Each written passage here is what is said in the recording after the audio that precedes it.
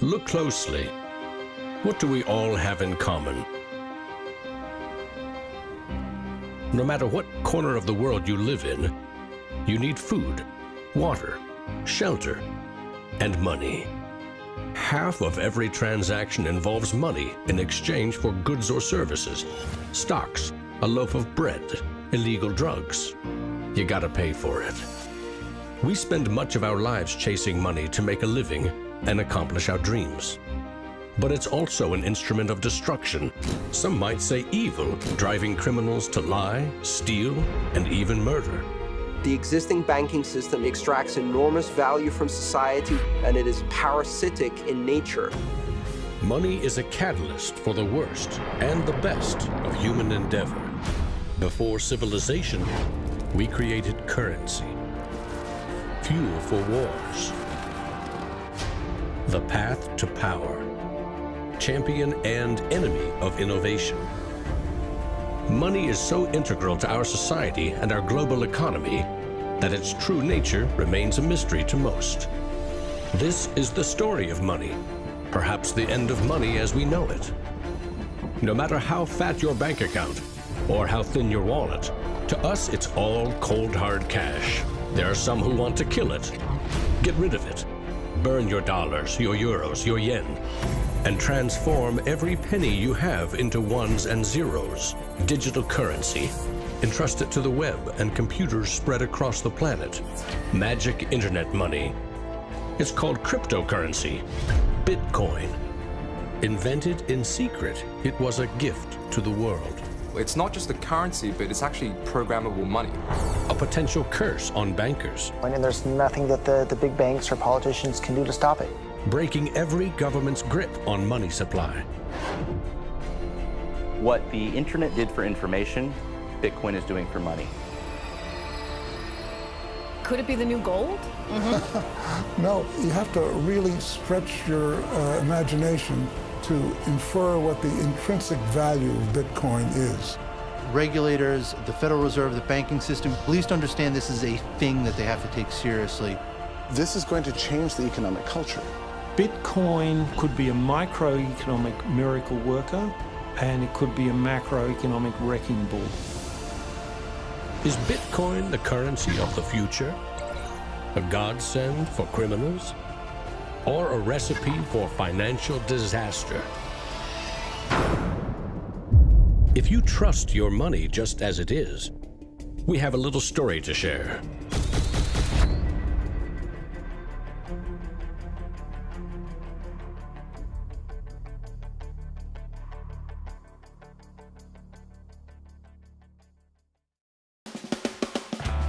Once upon a time, there was a big party with everyone standing around the punch bowl, drunk. Politicians credited the strong economy to their wise decisions. Businesses jumped into new profitable markets, ignoring risk. In fact, the experts said there was no risk. Then, troubling market data from minor countries spooked the markets. Rumors spread. More bad news rattled housing prices at the heart of the financial world. A major bank went insolvent. Investors and businesses made a run on the other banks, demanding their cash deposits. The largest financial institutions in the center of the modern world were frozen. Assets were seized. Banks foreclosed. A credit crunch threatened the entire world economy. And then, finally, the government stepped in. The largest bank bailout ever. Swift action by the head of state had saved the day. Remember that? No, you don't. It happened 2,000 years ago. Rome, 33 AD. Ground zero for the first recorded liquidity crisis and government bailout in history. The largest empire the world had ever seen was brought to its knees by a banking disaster. Emperor Tiberius used money from the national treasury to bail out the country's troubled banks and companies. History may not repeat itself, but it certainly rhymes. Badly. People in power and their money have always been at the very center of it.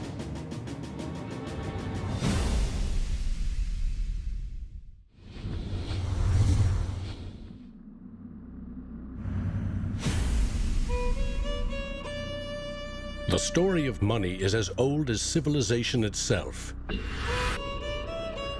When we lived in small tribes, keeping track of debt was easy. You owed somebody a load of firewood. A neighbor owed you a piece of meat. Credits and debits were kept in your head, a mental ledger. Currency is a language that allows us to express transactional value between people. It's technology that's older than the wheel. It's as old as fire. When humans wanted to trade outside their tribe or village, they needed something everyone could agree had value, something scalable. Enter commodity monies. There were many kinds, but each had to embody the same 5 characteristics. A commodity money is relatively scarce, easily recognizable, can be cut into smaller pieces. You can substitute one piece for another of equal value, and you can carry it around without too much trouble. In ancient Rome, it was salt. The Aztecs used cacao beans. It was whale teeth on Fiji, yak dung in Tibet, shells in Africa and China. Grains, metal, ivory, rare stones, leather, fish. If it had the 5 characteristics of commodity money, someone probably used it as currency. And then you ask, what value do these currencies have? If you go into a primary school, you'll see children exchanging rubber bands and Tamagotchi and Pokemon cards and baseball cards and sweets and candy and any other form of currency. People invent currency when they have no other currency. And now they're going to invent digital currencies. But commodities that aren't durable are a lousy store of value.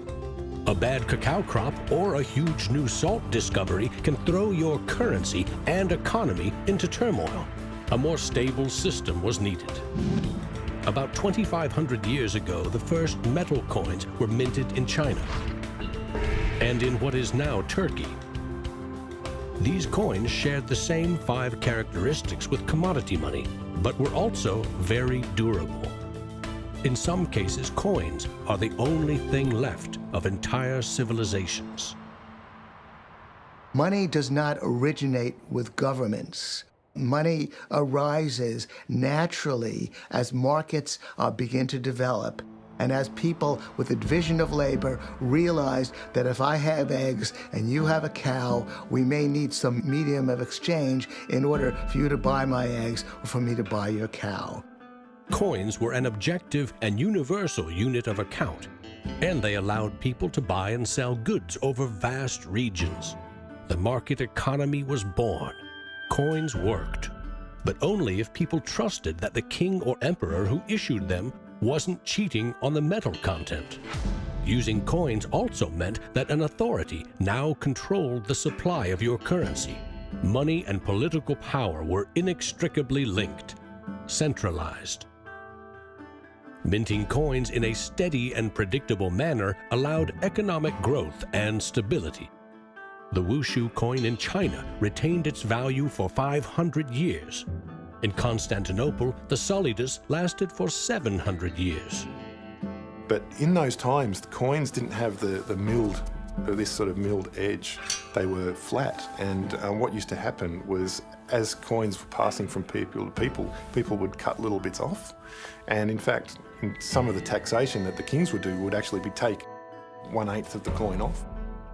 Taxes built castles and financed military campaigns, expensive hobbies. Soon, royal mints were substituting cheaper metals for silver and gold.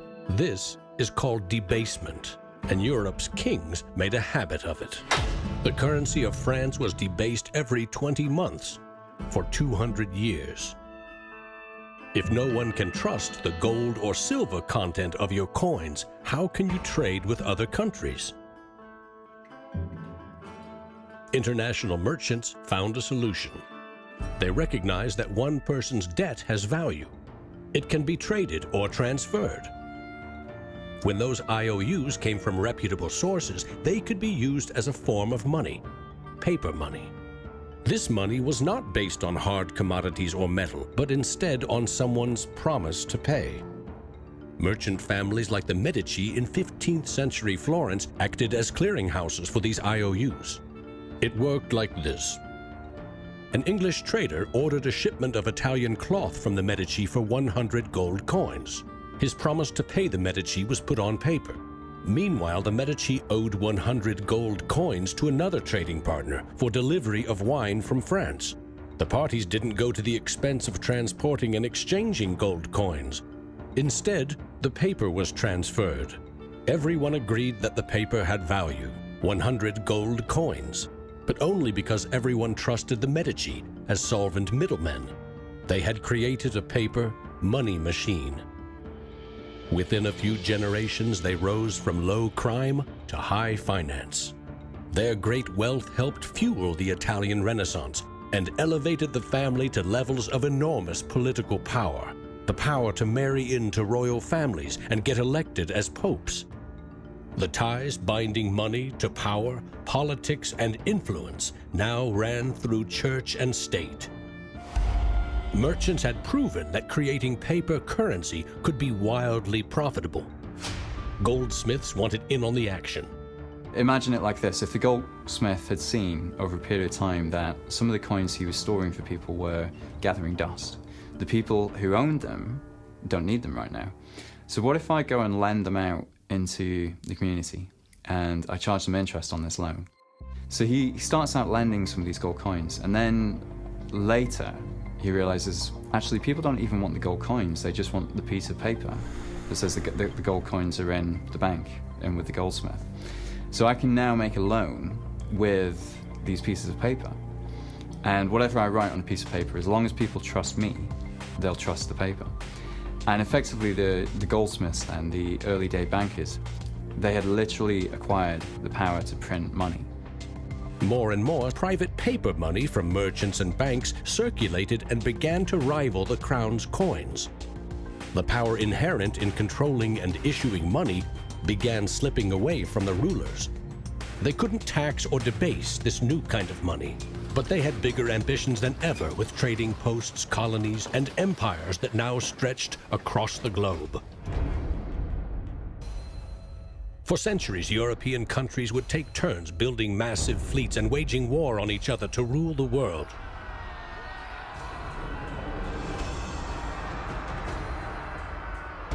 Government wanted to take the people's money in order to finance its wars. That's essentially the history of money. Money and warfare go together. War is expensive. 1 year's income taxes simply aren't enough. Kings and queens had to borrow money against future taxes. They needed a groundbreaking financial innovation: government bonds. The loans came from rich merchant families and goldsmiths, who by now had become powerful financiers and bankers. Sovereign debt and deficit spending had been born.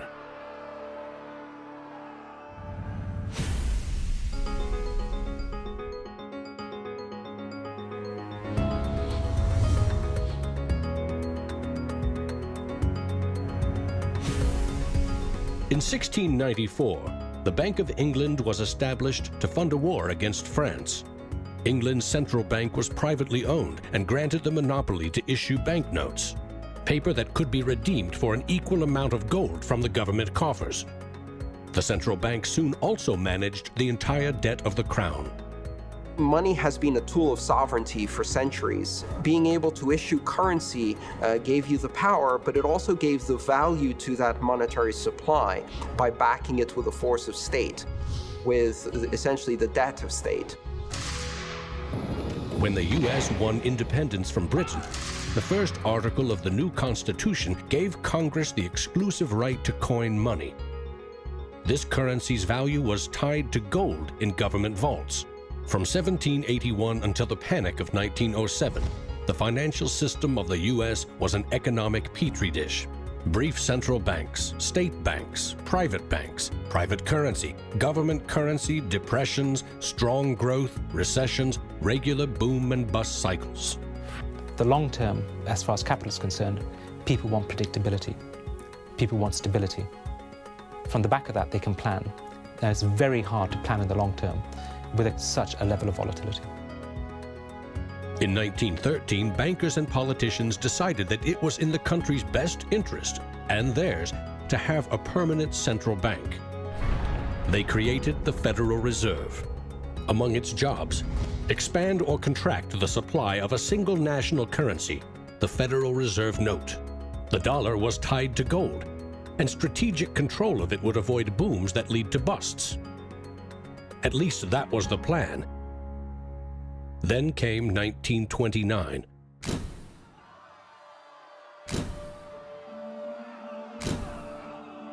The Great Depression would have a profound effect on monetary policy worldwide. I shall ask the Congress for the one remaining instrument to meet the crisis: broad executive power. Soon, the Fed had printed nearly all the money it legally could to pump life back into the economy. It needed gold to fire up the mint. So in 1933, President Roosevelt issued a controversial executive order, forcing all U.S. citizens to sell their gold to the Federal Reserve at a fixed price, or go to prison. The Fed offered far more cash to foreign governments for their gold. Many jumped at the offer. Gold flowed in, and dollars spread across the globe.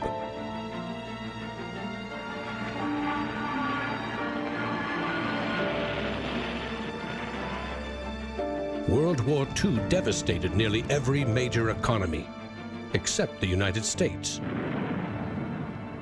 The military and industrial juggernaut emerged as the global financial superpower.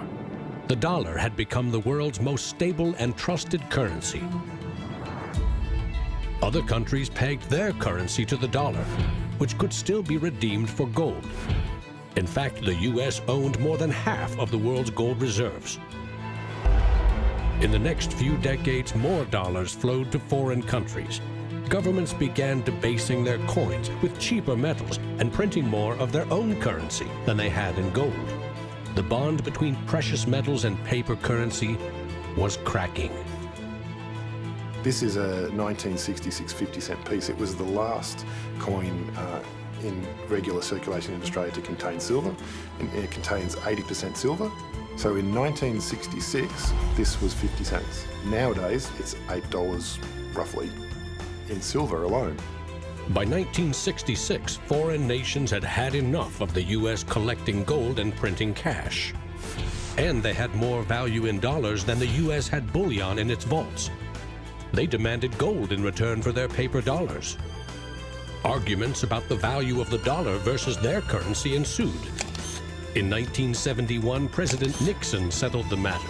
He severed United States currency from the gold standard. I have directed Secretary Connally to suspend temporarily the convertibility of the dollar into gold or other reserve assets, except in amounts and conditions determined to be in the interest of monetary stability and in the best interest of the United States. Never again could anyone legally demand U.S. government gold in exchange for paper dollars. For better or worse, the dollar was now backed solely by the full faith and credit of the United States government. The wealthiest nation the world had ever known would bet its future on a single word: trust. People have this mythology of money that is based on very little fact. And one of the nice things about Bitcoin is that it forces people to start to ask questions about the fundamentals of money. Bitcoin is an attempt to adopt the advanced computerized system that we have, the internet, to resurrecting what money used to be all about.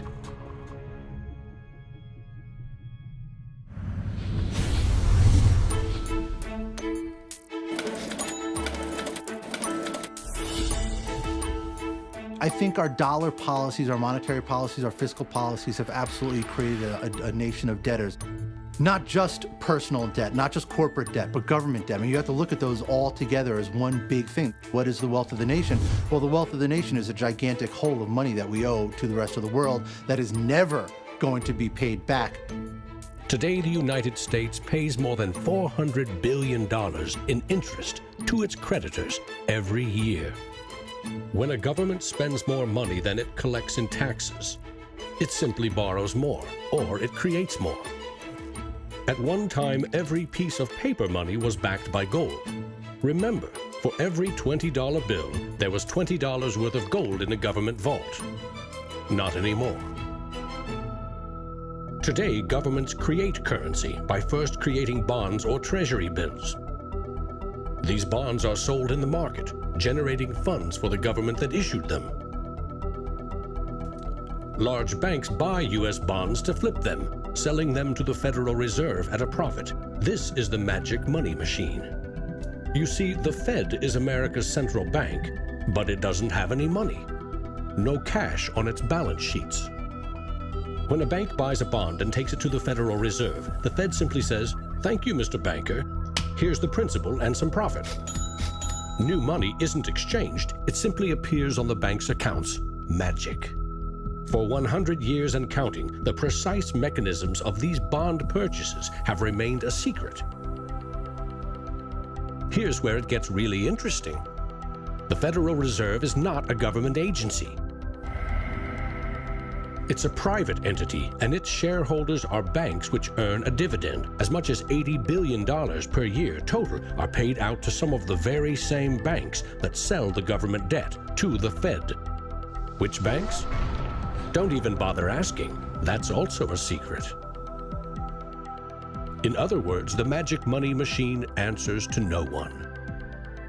The Fed also sets the bar for how much interest you pay for a car, home, or business loan. The Federal Reserve has been given the impossible task of trying to run the credit and monetary system as though we are the Soviet Union. It's the central planner for the key aspect of capitalism, which is how money and credit is allocated. The Federal Reserve, on balance, does not help the economy. On balance, it hurts the economy. And it's bound to make mistakes, even with the best of intentions. The Fed is also supposed to boost employment with low interest rates, encouraging people and businesses to buy more goods and services. Governments getting involved in money is a good thing, and it's also a bad thing. It's a good thing because money is the arteries of the economy, the blood supply of the economy. Markets are subject to bouts of euphoria and despair, and it makes sense for governments to back currency and manipulate it. Moving the money supply up and down is the most powerful way to sedate that boom and bust cycle. Manipulating the supply of money has short-term and long-term consequences.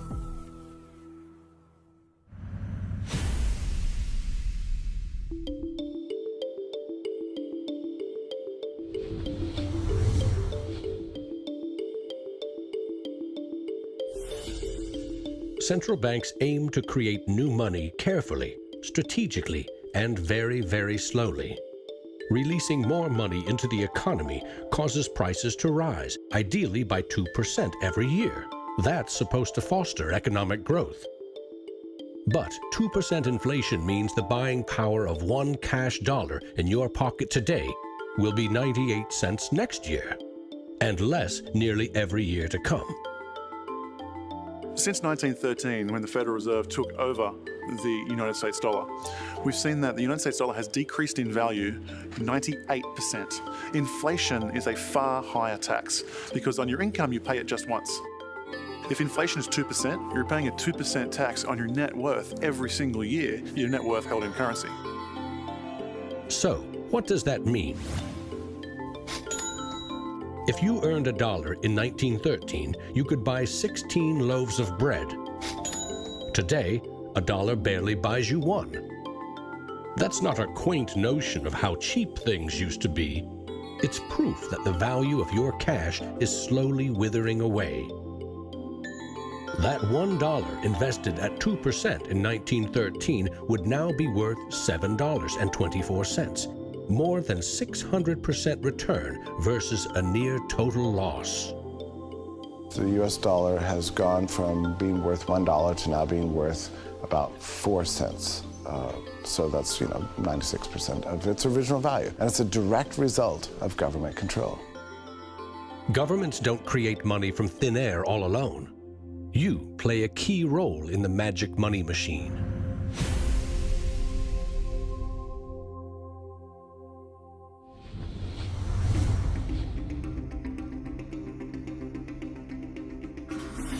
It's not really the central banks that are the problem. I mean, they're part of the problem, but the real problem is that we've given the power to create money to the same banks that caused the financial crisis. We put our paychecks and savings into a bank account and draw from it as we need it. The banks are custodians of our money. Right? Wrong.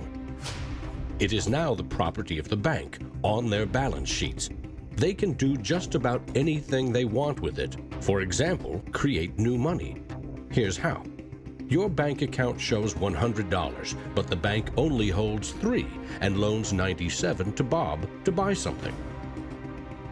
In the bank's computers, you still have $100 in your account, but Bob now has $97 of new virtual money in his account, just digits on a computer screen. There's no cash, no gold, or anything else backing up the new numbers in Bob's account.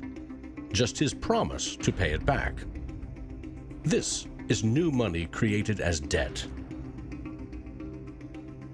When those $97 are spent, say in a shop, the shop owner deposits into another bank, and it is lent out again, and again, and again. And each of these people have numbers in their accounts showing that they own this money. So your original $100 has multiplied. Now there are over $3,300 in the system. This process of loaning out far more money than a bank actually has as cash on hand is called fractional reserve banking. In the UK, 97% of the money that exists is just numbers in the computer system, and those numbers are created by the banks. Banks earn untold billions in interest every year by creating and lending virtual money. What's more, banks don't even need your deposit to create new money. If they consider someone credit-worthy for a loan, they can put new magic money into his or her account and start charging interest. So reporters talk about Bitcoin as though it's the first digital currency. But actually we use digital currency every time you make a transaction through internet banking or through your bank card. Actually, it's not even just digital currency, it's digital currency that is created by the banks, essentially out of nothing. In other words, all new money is debt. This is the part of money creation that isn't taught in economics class. Money in paychecks, bank accounts, 401ks, that loan to Bob, credit card debt, your home loan, all began life as virtual money created by the banks. The entire system is based on trust. Trust in the bank's solvency, trust in the debtor's ability to repay their debt. If all bank customers demanded just 3% of their deposits right now in cash, this run on the banks would reveal the truth. Almost none of that paper currency you think is in your bank account exists. It never did. Remember the drunken party? Our financial crisis had everything to do with virtual dollars. Too many people with very little income borrowed a lot of money they could never repay. But the banks didn't care. They didn't have to. They quickly made and sold shaky loans to someone else for a profit. And I got them all approved. Hey! Apply now. Selling bad loans was a good business until the whole thing blew up in the global financial crisis.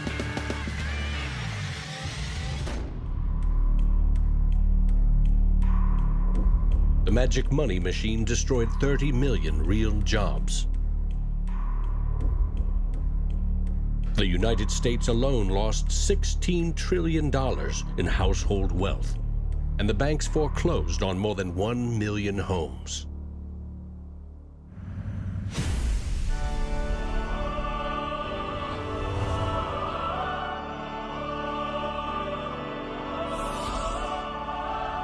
Selling subprime loans and betting they will fail may not be sacred, but it is lucrative. As much as 1/4 of our best and brightest are being lured by the siren call of the money machine. Instead of science, engineering, or medicine, they chose a career betting with other people's money. To get rich quick, very rich. And sometimes they take shortcuts. Getting by on a nickel and a dime. Money has a funny way of bringing us down. They say it makes the world go round and around. My ancestors in Greece talked about the corrupting influence of power.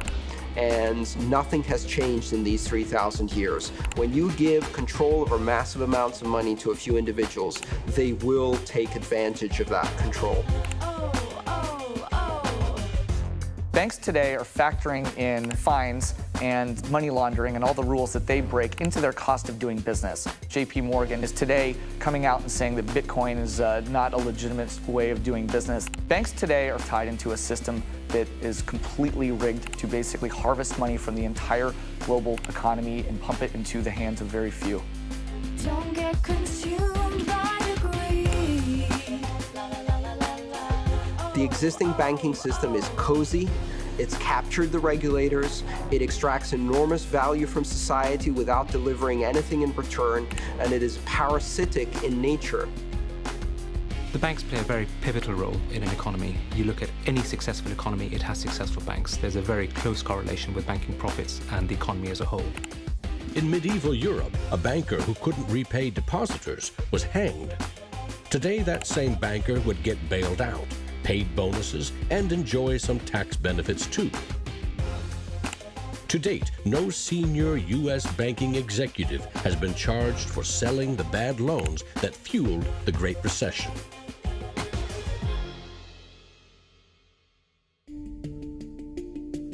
In December 2014, just 6 years after the last banking crisis brought the world to its knees, a congressman snuck a last-minute provision written by Citigroup into a crucial funding bill.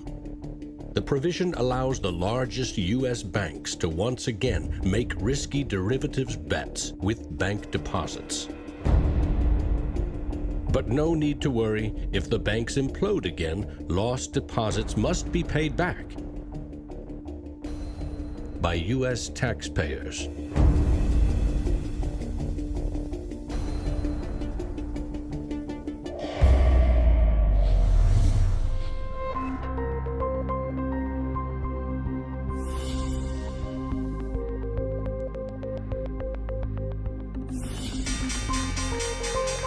Today's financial innovators package assets in ever more complex ways, slicing, dicing, securitizing, always using someone else's money. They sell debt, transfer risks, leverage bets. That's what they call innovation. When you're talking about financial innovation, Bitcoin certainly is a very good example of innovation. But there's also been other innovations that people a bit closer to the world of finance would cite as good examples. An example of that would be the original swaps market. From there moving on to the credit default swap. It is an excellent example of financial innovation, but also if it's used incorrectly, it can create a lot of problems, as we've just seen. History teaches that the most revolutionary and disruptive innovation nearly always comes from the fringe, not from corporate cubicles. True innovators see the world differently. They see the big picture, creating new products and entire systems that lead to new industries. Steve Jobs called them the square cogs in round holes.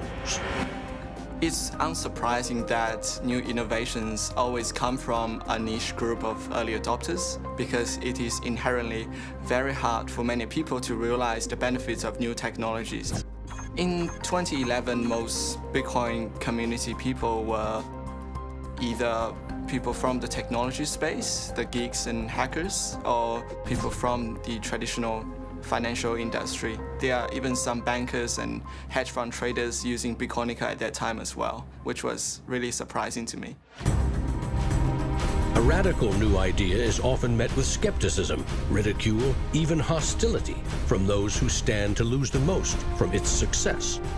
Case in point, the automobile. In the late 19th century, Carl Benz and others built the first cars, contraptions that could threaten the stagecoach and railroad industries. These self-propelled vehicles, or road trains, would certainly scare horses, injure people, and damage roads. Cars, the railroad barons said, were just too dangerous. And to protect us, they used their power to pass a law in 1865. It required every automobile in England to observe a 4-mile-per-hour speed limit and to be operated by a crew of 3, a driver, an engineer, and a flagman.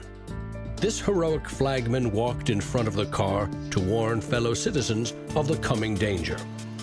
The railroad tycoons, the lawmakers, the self-appointed gatekeepers used regulation to stifle innovation.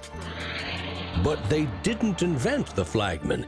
He's been around for a long time.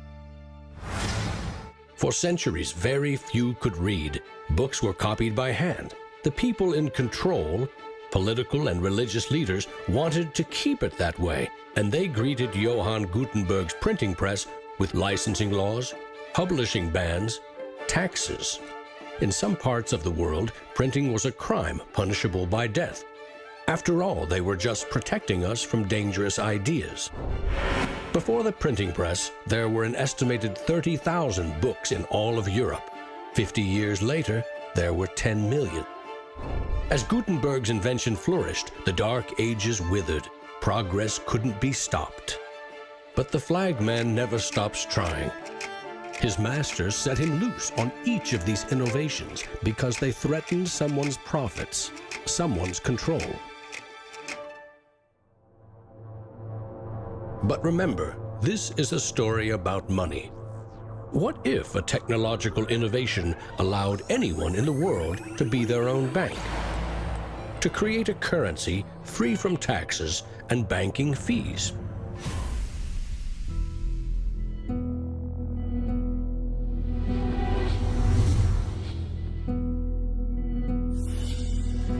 The U.S. Constitution forbids citizens from printing or minting their own currency, competing with or undercutting reliance on the U.S. dollar. In 1998, Bernard von Nothaus decided to test the resolve of the federal government. The Liberty Dollar was available in gold, silver, platinum, and copper. It was available in 3 forms, both in specie, in other words, gold and silver, in paper, as warehouse receipts, and in digital form. Obviously, the government didn't like it. They arrested me and convicted me of counterfeiting, fraud, and conspiracy, and I'm currently awaiting 22 years sentence in federal prison. Lesson learned. At a hackers convention in the Netherlands, there was a young hacker there who used the alias of Satoshi Nakamoto. And he talked to a friend of mine, and he identified the Liberty Dollar and me as inspiring him to create a new currency. Bernard von Nothaus's arrest for creating private money may also have inspired Bitcoin's inventor to keep a lower profile, publishing the invention under an alias and vanishing. Part of me is interested to know like who Satoshi is. Maybe that's part of the mystique of the story. It's completely irrelevant to the functioning of Bitcoin because we have the code to read, but it would be kind of fun to know. Who is Archimedes? Who is Euclid? We don't know. We don't know if Euclid was one person or multiple people. And you know what? It doesn't matter. Euclidean geometry works whether I know who Euclid was or not, whether Euclid was a moral and good person or whether he was a corrupt plutocrat and a bastard. Science and mathematics have essential truth that stands alone, irrespective of its inventors and irrespective of their motives. Well, Bitcoin is a system based on mathematical truths, and these mathematical truths stand alone. We can read the source code in Bitcoin and understand it, and it will be true whether Satoshi Nakamoto is a man, a woman, a collection of individuals, a government agency, or aliens from the future. Bitcoin is digital currency and computer software. Capital B Bitcoin is the shared code that creates a global payment network using computers connected to the internet. Bitcoins are virtual currency, digital money created, stored, and exchanged on that network. But unlike virtual dollars created by a banker, this new currency was created with math by an anonymous inventor. Bitcoin is an open-source software protocol, like much of the code supporting the internet and email. Open source means anyone, everyone, can use the protocol. No one person or company can control it. Every change to the software is public, open, and transparent. The code was first developed by Satoshi. Then there were dozens, now hundreds, of programmers constantly collaborating to improve Bitcoin's features and security. So what makes Bitcoin a breakthrough? It tackles an ancient human dilemma and solves a computer science problem. Any shared information or data can be flawed, corrupted. Anything can be faked. How do we know that what we're receiving can be trusted? In our traditional mindset, it's very important to know who is behind this currency because their reputation is significant in knowing that our funds and the true wealth is actually safe. In finance, we rely on trusted third parties like banks, credit card companies, remittance services. They keep track of money as it moves from one account to another, and they charge us handsomely for it. We trust that their digital ledgers of credits and debits balance. A financial system that cuts out these middlemen could be faster, cheaper, and more secure. But Bitcoin is digital.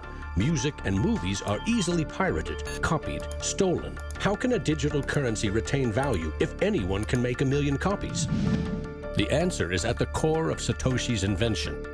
A Bitcoin is not a file on a computer. It's an entry in the publicly distributed database called the blockchain. Just as the Medici kept a ledger of credits and debits, today's banks record each transaction as a plus and minus in their ledgers. Now we call them databases. Bank accounts are replaced by a digital wallet that you alone control. Bitcoin's ledger is the blockchain, a record of every Bitcoin in existence and every Bitcoin transaction ever made. It always balances because no Bitcoin ever leaves it. When a Bitcoin is sent from one digital wallet to another, what they are really sending is control over that part of the database.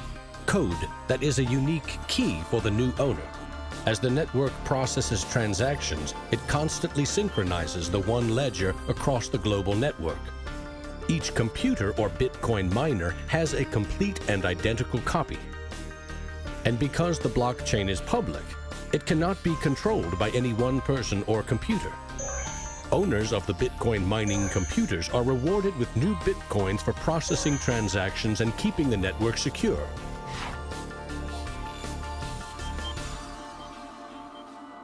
In other words, the Bitcoin network replaces banks and bankers.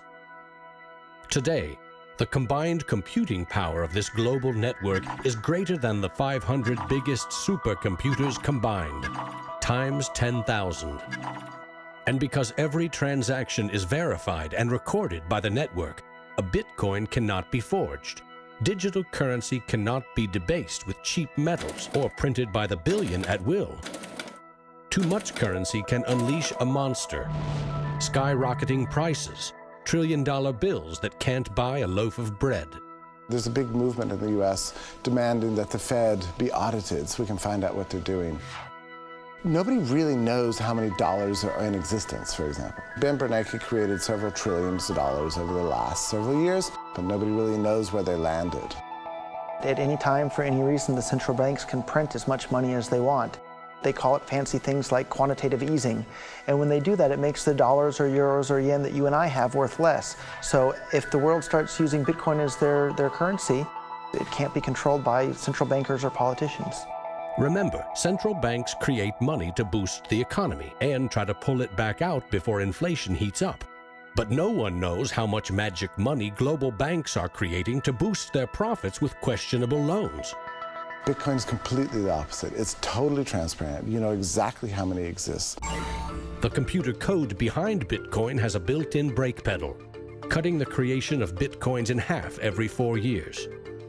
This ensures a transparent, controlled scarcity and ultimately limits the total number of Bitcoins to 21 million. No lobbyist, no politician, no banker can create more or change the mathematical rules dictating their creation. Advancing accountability. And that's one of the things I think is most exciting about Bitcoin and the technology behind it, is not so much that it will supplant the dollar or that it will supplant government itself, but that all of a sudden there's a competitor to government, and that government itself now needs to look over its shoulder more than it did. This new digital currency can be purchased online with a credit card or in person with cash. And it has the 5 key characteristics of money. But is it a store of value? Is it stable, or will it diminish over time, like a commodity rendered useless, or a crop that fails? The ultimate power of a cryptocurrency is unleashed by mainstream adoption and an ever-growing volume of transactions. With Bitcoin, the currency has been created much more slowly than other currencies. And the effect of that has been to turn it into what is essentially a speculative asset. If you ask a lot of Bitcoin enthusiasts whether they're spending the currency, they're not. They're sitting on it and waiting for the price to go up. It isn't a currency if you don't use it to pay people. The point is, the average person is quite happy to walk into a bar and hand over, a $5 note in order to get a drink. So you've got to realize that most people are happy with the money system they have. If most people are happy with cash, they're in love with plastic. In the US, 2/3 of in-person sales are done with debit or credit cards. That plastic is a 60-year-old technology, created by a middleman, never designed for the internet. Each transaction requires personal data, like your name and address. Credit card databases are regularly hacked, with fraudulent purchases charged to your account. Criminals buy and sell stolen credit cards by the thousands in dark corners of the internet. In some parts of London, 1/3 of all online credit card transactions are fraudulent. Card issuers don't hold you responsible for fraud, but protection comes with a price. 2 to 4% in fees. That's $50 billion a year. The issue with credit cards from a merchant's perspective is there's a lot of risk. If they take a credit card, there might be a chargeback, there might be fraudulent purchases. In fact, there's hundreds of billions of dollars every year in fraudulent purchases. A Bitcoin purchase is done for pennies, but there are no protections. If you lose your passwords or are fooled into paying the wrong person, you can never get your money back. It is like digital cash.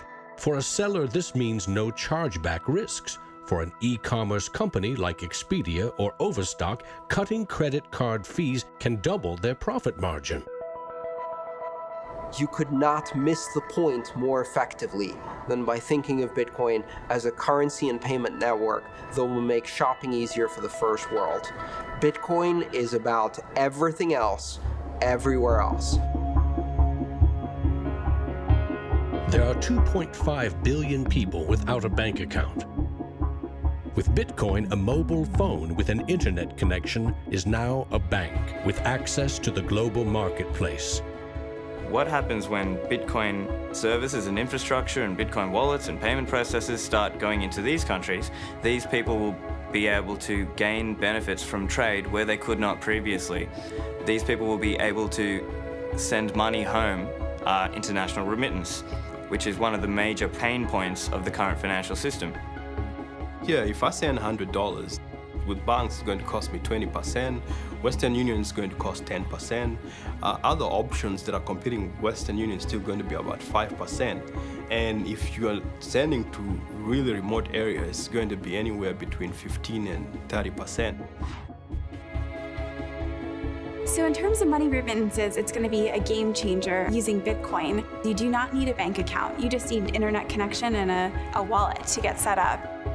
It's a tool to give people an access into the global ecosystem and give them a promise for an economic future, and specifically provide a way for them to not be dependent on a government that could shut down their bank accounts or even could go into their bank accounts and take out finances.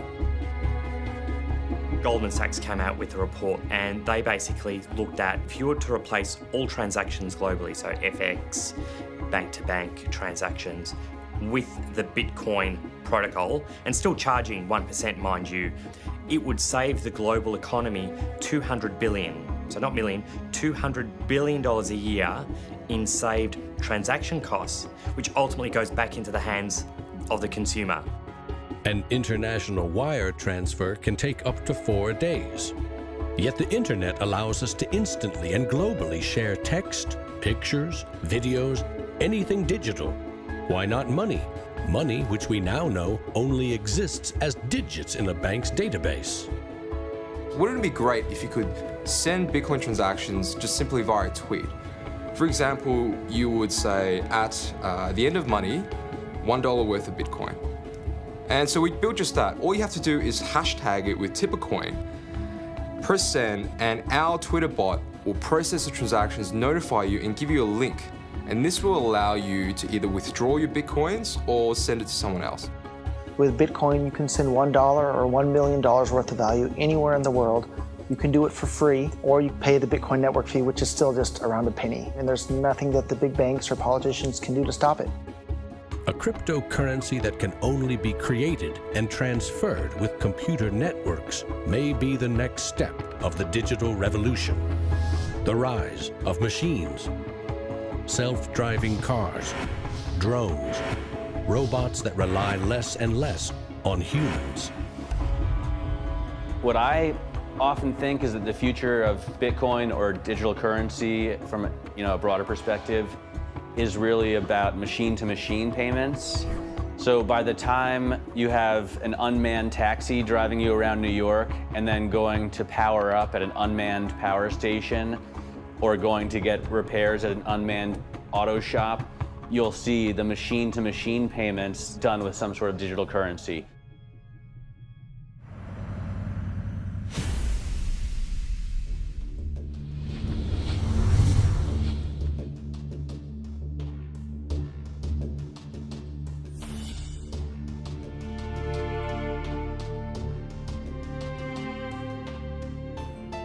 We actually built this world that we live in over the last 200 or 300 years. We've made some mistakes. We've learnt to make things better. The idea that there's some magic key, that if you just sort of stop doing a few things, that there'll be this perfect order that will settle, is a very childish, ideological delusion, in my opinion. But that is not to say that Bitcoin isn't an exciting thing. It's a terrifically exciting thing. But we have to try and engage with it with working minds, not with magical thinking. People are suggesting that it's going to be another world currency, rivaling the dollar or the euro or the yen. I think that's not going to happen. I prefer to trust the banks or the central government compared to the Bitcoin is because someone's accountable. Whereas with the Bitcoin, it's completely deregulated. There's no central control. There's no one held accountable. It is a free float. It's purely demand and supply driven. Mr. Williams? So clearly this is not a currency. Currencies don't behave like this. But what this is a high-risk speculative commodity. So for the entrepreneurs, the bankers, the governments, and everyone else studying and watching Bitcoin, all I have to say is that there will probably be a lot of volatility and an upward trajectory, and to buckle up.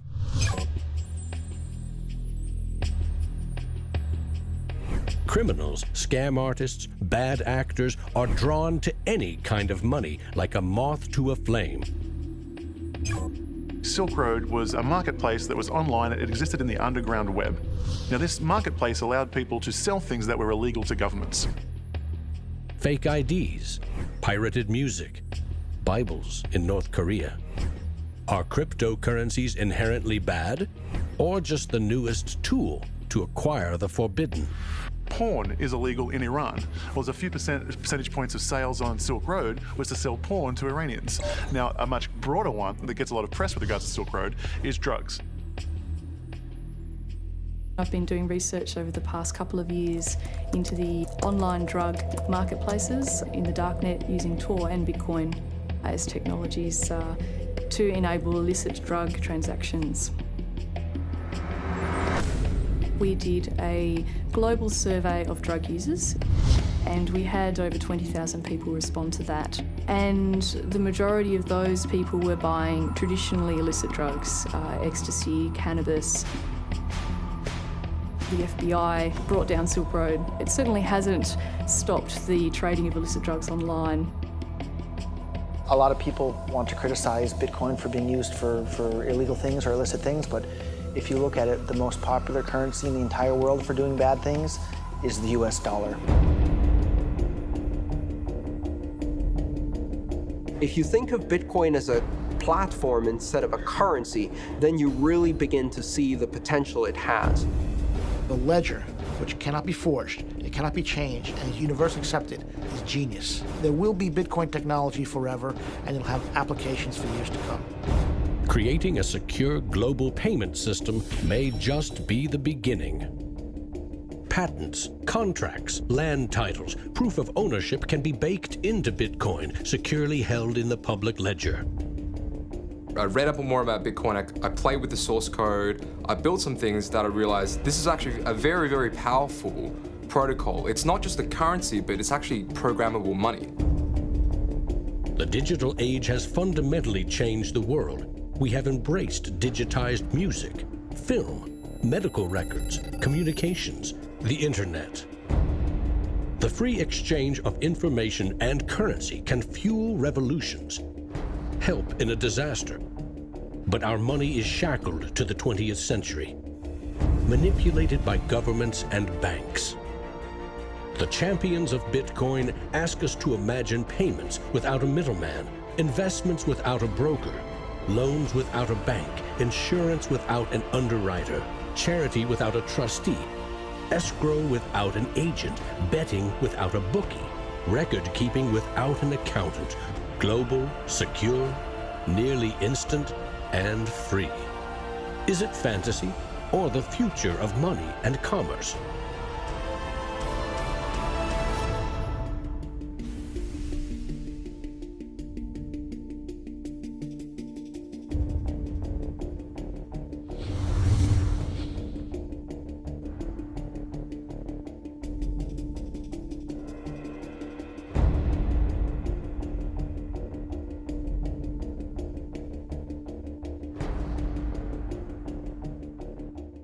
I love Bitcoins. I'm really into Bitcoin. Well, Satoshi Nakamoto, that's a name I love to say. And we don't know much about him, but he came to save the day. If you don't know what a Bitcoin is, right, usually the way people describe it is digital cash. It's money for the internet.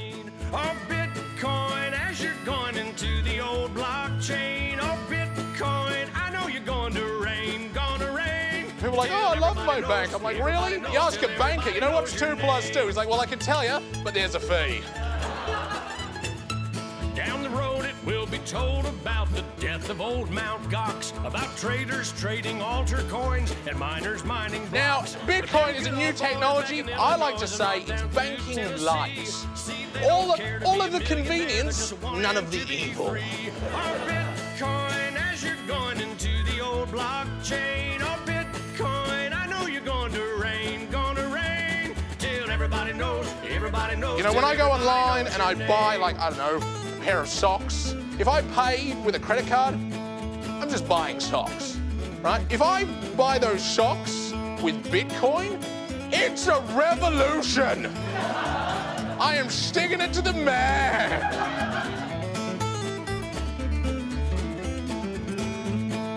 Oh, Lord, pass me some more. There's always people who are not ready to get into the new technology. You know, like when the internet came out, there was people going, nah, I don't think this is going to be popular. And then email came out and people were like, nah, this isn't gonna catch on. And now Bitcoin comes out and people are like, I don't think, I'm like, aren't you sick of being wrong? Get on this train, you know?